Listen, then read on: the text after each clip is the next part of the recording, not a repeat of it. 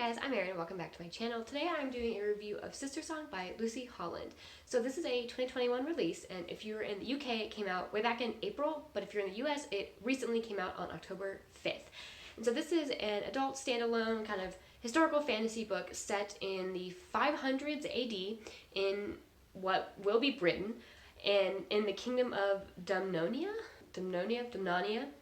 Not good pronunciations, but I haven't heard them said out loud, So this kingdom is kind of in this transitionary period in that they are coming off of the heels of the Roman Empire occupation of this area, and currently they are an autonomous kingdom, but they have this looming threat of Saxon invasion into where they are. And so that is something that definitely comes into play in the plot-wise, this threat of Saxon invasion.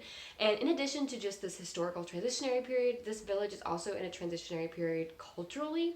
They are previously been very much engaged in kind of practicing old magic, celebrating, the old pagan celebrations and festivals, and they are starting to transition, whether they want to or not, to away from using old magic more into Christianity, partially because the queen has invited and welcomed a priest into their kingdom who has been stopping the old magic, has been trying to get them to practice Christian practices and festivals as opposed to the pagan ones. And there are definitely characters in this book who are resisting and some who are going along with it, and that's definitely part of kind of the cultural backdrop of this story. So story-wise, we get the perspective of three siblings, the three children of the king, and we have two sisters and our third character who was born a sister but wants to be a brother. And so I, not being part of the trans community, cannot definitively say that this was good representation, but I personally, again, not being part of that community, did feel like it was really well done representation of a trans character, especially one struggling with this in this time period.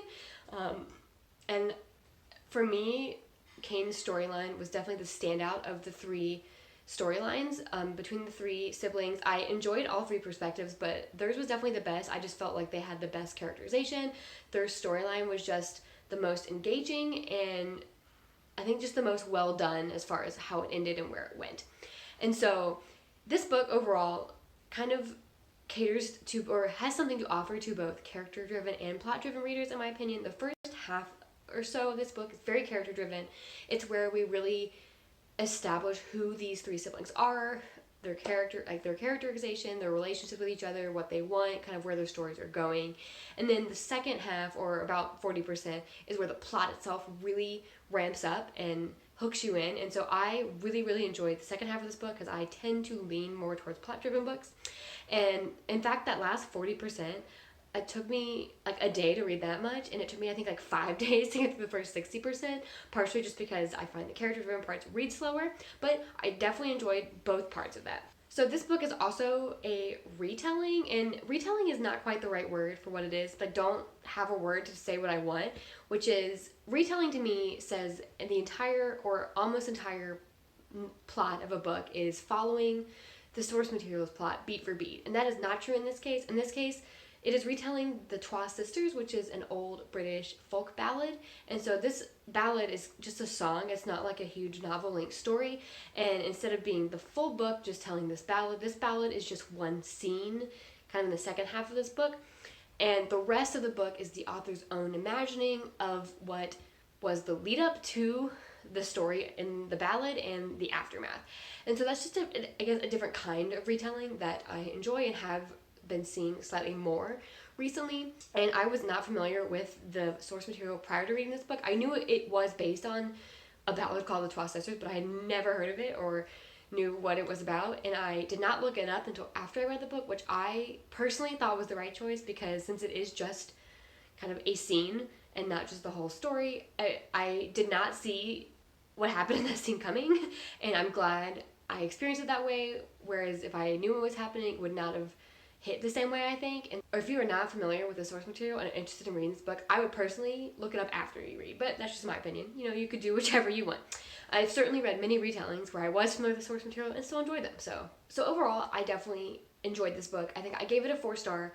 I think just that first half being a little slower brought it down, just as character-driven books tend to not be 5 stars for me. And in addition, there was a direction one of the siblings' plots went that I didn't hate, but I didn't love.